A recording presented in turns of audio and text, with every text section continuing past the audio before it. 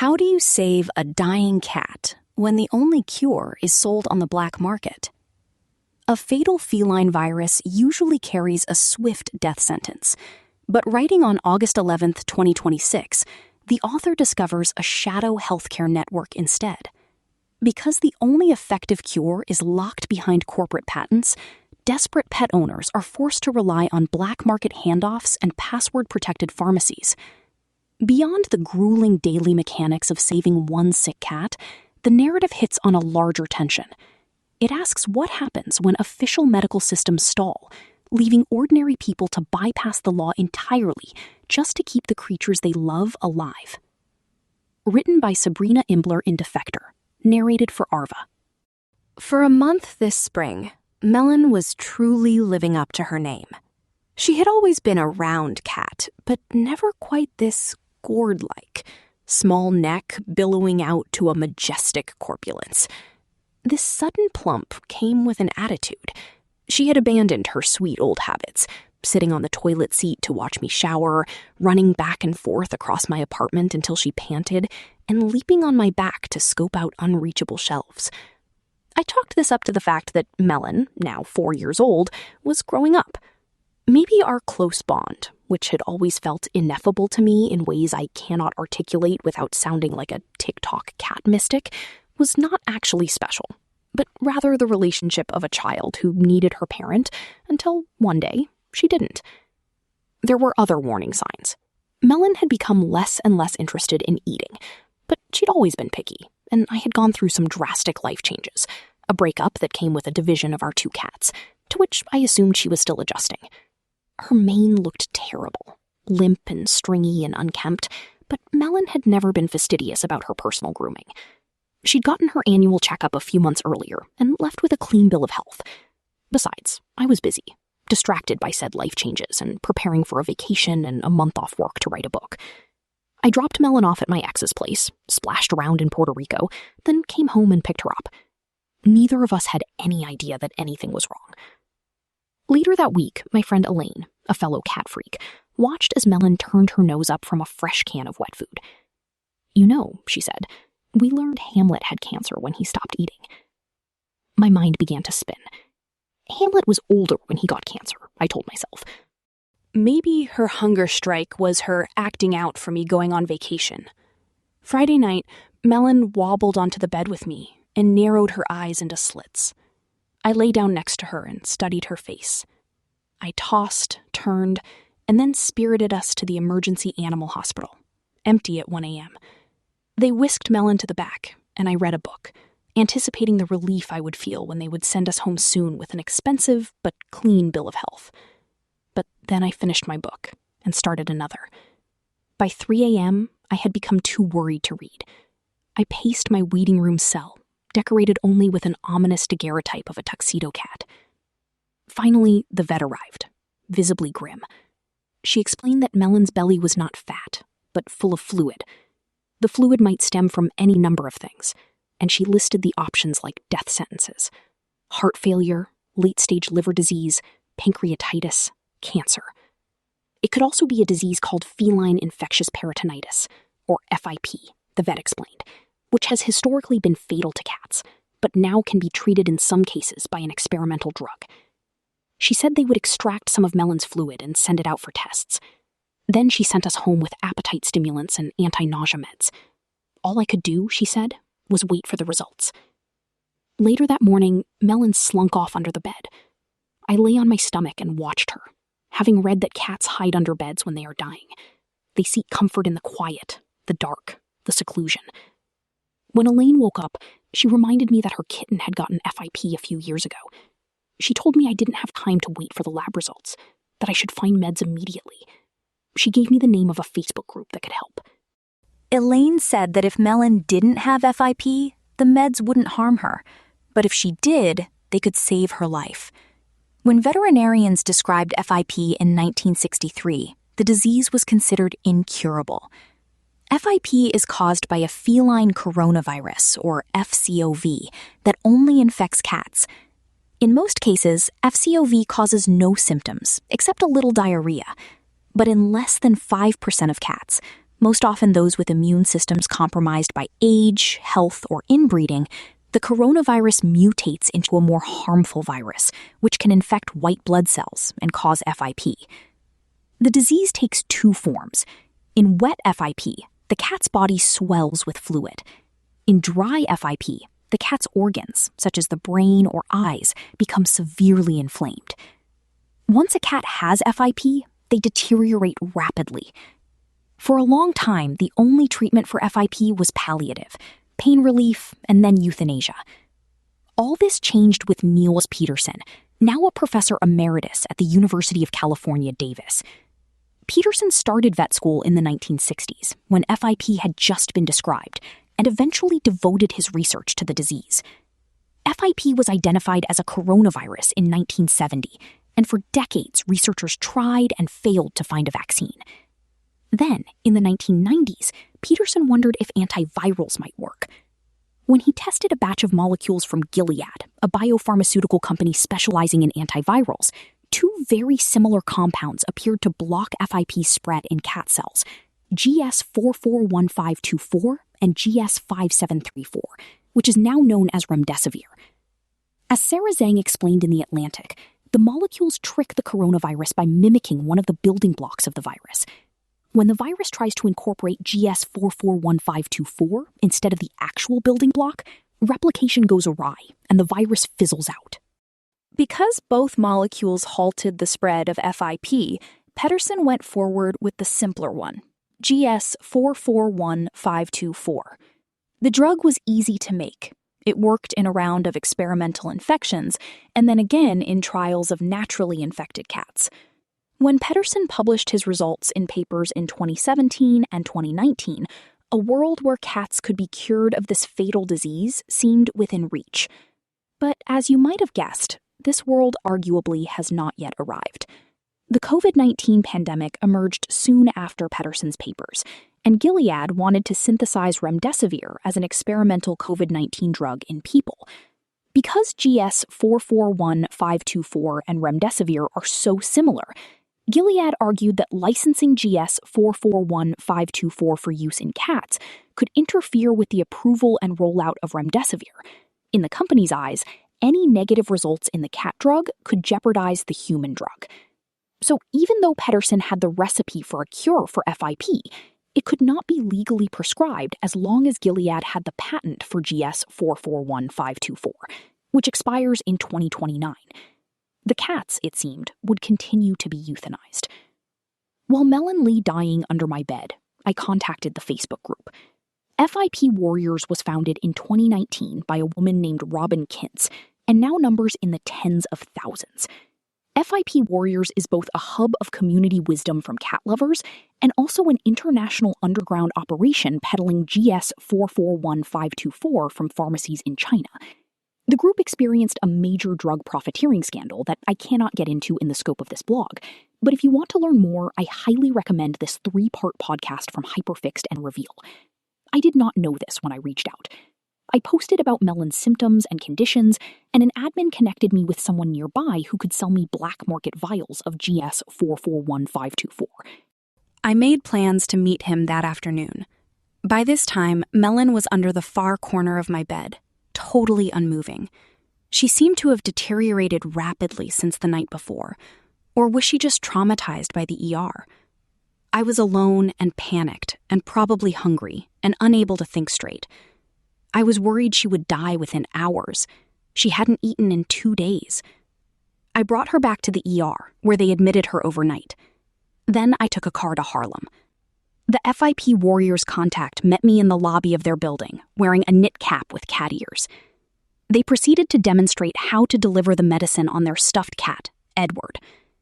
I watched as they manipulated the stuffed toy, lifting up pockets in Edward's skin, into which I was to drive a 22-gauge needle at an angle into subcutaneous tissue.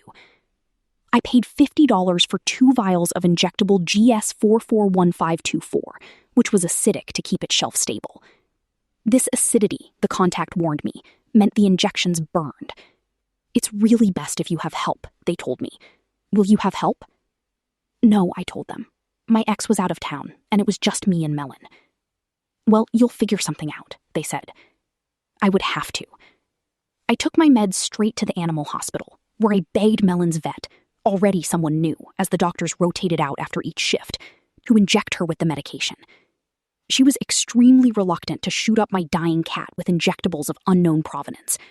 She pushed me to wait until I had a diagnosis, but I pleaded desperately until she relented, although she told me she would not administer the dose calculated by my FIP Warriors admin, but rather a smaller dose. This felt better than nothing, and after all, I did not know who I should trust more.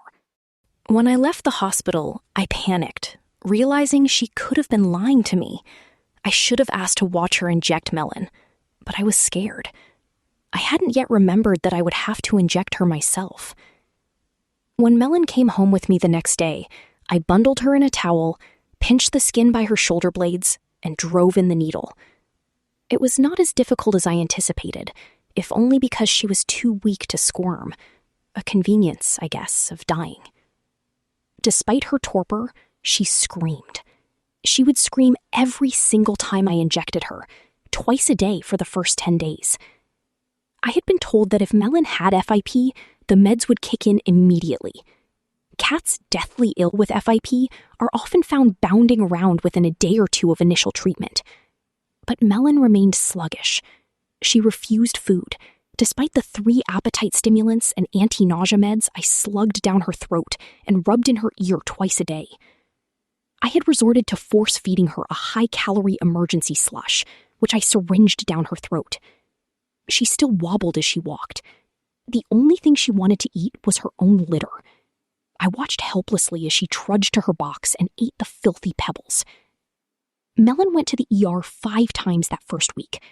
I took her 2 more times after the vets prescribed a new appetite stimulant, Illura, that caused her to hyperventilate, heaving ragged, rapid breaths in my lap as her eyes fluttered worryingly to a close. After the second incident, we stopped the Illura. By Wednesday afternoon, 5 days after our first ER visit, I got an email. Melon was positive for FIP. An emergency vet called me to say this was the best possible outcome. She was already being treated for FIP, the vet reassured me, against your hospital's explicit advisement. I wanted to say, and so now all I could do was continue giving Melon her GS441524 and hope that she might improve. When I reread my journals to reconstruct the timeline of that first week for this piece, I realized I wrote nothing that first month. I had been in a fugue state.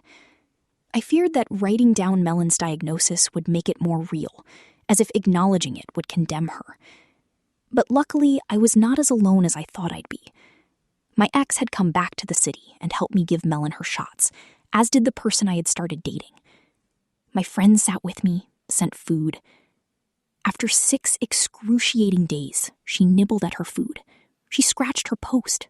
She sat on my lap. By the end of the week, she chased after a toy mouse, her fluid-filled belly swinging like a pendulum. She still hid under the bed, but at least now she came out on her own. Although progress often stalled, Melon seemed to be improving, even if she had developed a heinous and untraceable stench that was worse, somehow, than her obscenely odorous shits. Maybe, I thought, I was calm enough to start working on my book. And then Melon jumped into my lap. I lifted my hand to pet her, and I froze. There, at the center of her back, her fur had evaporated, leaving behind a pink bald patch with a center as yellow as butter. I took seconds to register what I was seeing. The yellow was not her flesh, but her fat. Her skin had split open to reveal a bloodless patch of tissue as wide as a lychee. Heart racing, I scooped her into her carrier, and again we went to the hospital. After they took her back, I racked my brain for how this could have happened. I knew the GS441524 was acidic, and I had been careful to wipe away any liquid that might have escaped the shot, which happened occasionally now that Melon was getting stronger and subsequently more wiggly. But this wound had emerged right in the middle of her back, where I'd never injected her. Hours later, a new emergency vet emerged to say that Melon's flesh had likely been rotting under the skin since her first injection, and the sore had only broken the skin today. So the stench was not filth, but necrotic tissue. The vets gave Melon a crop top made of a bandage, which she managed to rip off within an hour of being home. I ordered a recovery suit, a suitical, and after I squeezed her inside, Melon was so upset that she lay on her side like a tipped cow for hours, her chin glumly fixed to the carpet. We were both miserable. A few days later, Melon's open sore, now the size of a dried apricot, had become infected, sluiced with pus.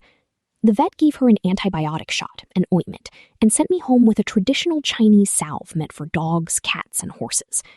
Every other day, I was to peel off Melon's scab like pepperoni on a pizza and smear the brown paste on the pink and bloody substrate underneath her skin. At least this didn't make her scream, only hiss. She wore her suitical for a month until pale pink skin sealed the wound. But within hours of her release, Melon licked the spot so hard that she reopened her sore.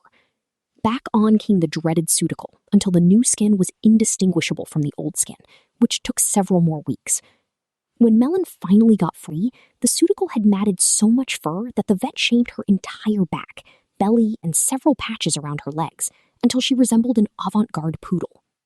The shave revealed she'd had at least 3 other injection sores, which had fortunately healed on their own under her fur. I worried that if Melon survived this, she would hate me for all the pain I put her through. Every injection, every trip to the ER or vet, every scab removal and blood draw. I apologized to her constantly. I told her I loved her each time she looked in my eyes.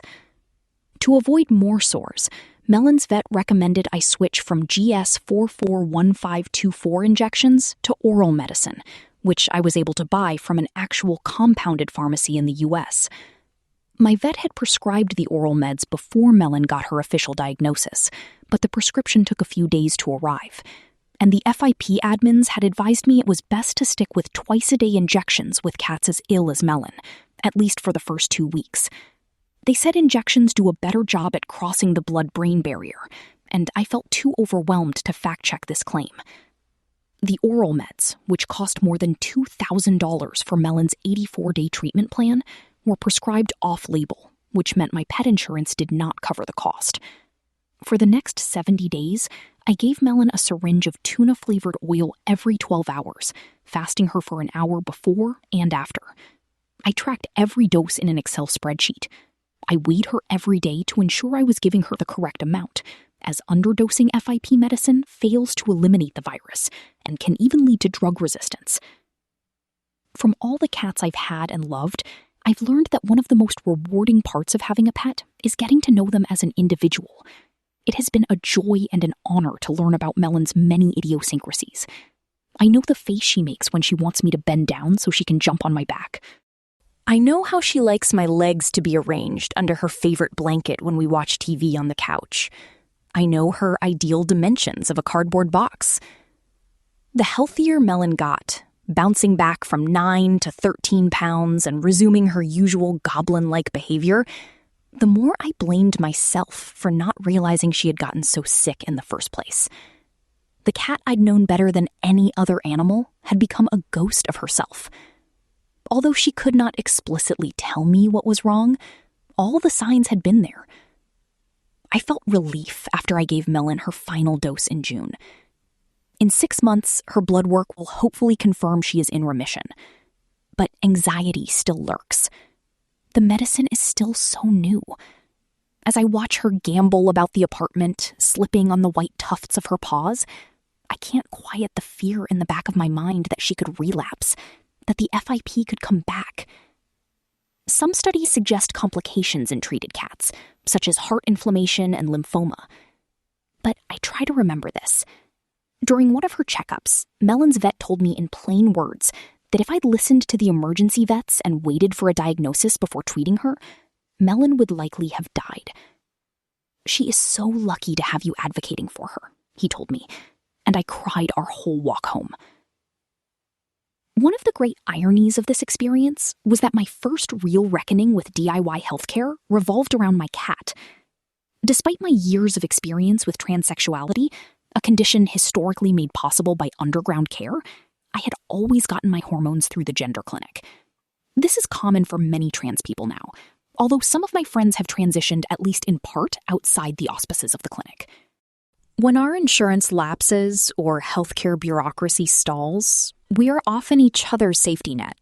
I have given friends my testosterone and been given theirs in these times of scarcity. Yet FIP marked the first time that the only way I could procure life-saving medication was through extra-legal avenues, and the uncertainty of everything unmoored me.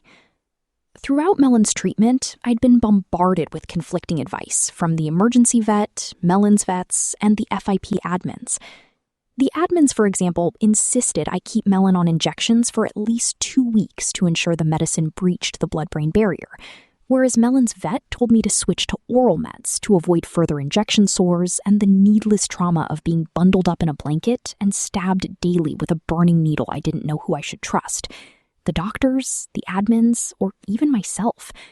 I lost hours reading Reddit threads and scientific papers.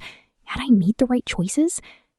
I understood the FIP admins trusted the black market that had served them for years, and that Melon's various vets would not recommend black market treatments over legal ones. I bought the black market GS441514 from a pharmacy I knew nothing about, that I could only access through a password-protected site. I knew almost nothing about where it came from, save for the name of the brand, and that it was my only option. And yet it seems obvious that FIP Warriors, despite its drug profiteering past and lack of regulatory oversight, saved Melon's life. Although GS441514 can now be legally prescribed through regulated pharmacies, there are still enormous knowledge gaps around FIP in veterinary medicine. It is baffling to me that none of the 4 emergency vets who saw Melon told me about these underground Facebook groups. I know that Melon might not be alive today if my friend Elaine hadn't happened to stay with me during Melon's sickest week and tell me immediately what to do. I know that Melon is alive because I advocated for her, but also because of serendipity. By the end of Melon's treatment, I'd spent around $3,500 on her care, which would have been nearly $7,000 without pet insurance. I think about all the other cats with FIP whose owners never learn about the drug or can't afford it. A cat should not need serendipity to survive. In the second month of Melon's treatment, I switched my hormones from testosterone gel to injections, partly because injecting Melon made me feel more able to inject myself. Each week, I draw my syringe on the same table where I once drew syringes for Melon. She always joins me, stuck to me like a burr, once again my shadow in every room, perched on the toilet when I shower, seated on the other pillow when I wake up. Her fur has mostly grown back, and her belly is soft now with fat, not fluid. When she watches me, I wonder if she recognizes the needle, if she has any memory of what I did to her for nearly 2 weeks when she could barely walk. Her placid face betrays nothing. Then I slide the needle into the fat of my stomach and pop it in the cherry red container that still holds both of our sharps. Whenever I spiral about the uncertainty of Melon's future, or whether the decisions I made around her care were the right ones, my friends kindly remind me that I saved Melon's life. It is true that I was there for her in her time of need. And yet, I know now I was just returning the favor, refusing to abandon the girl who refuses to abandon me, even when I would not mind some distance, such as when I am on the toilet. But even now, as she watches me pee, I am simply grateful that nothing is keeping us apart,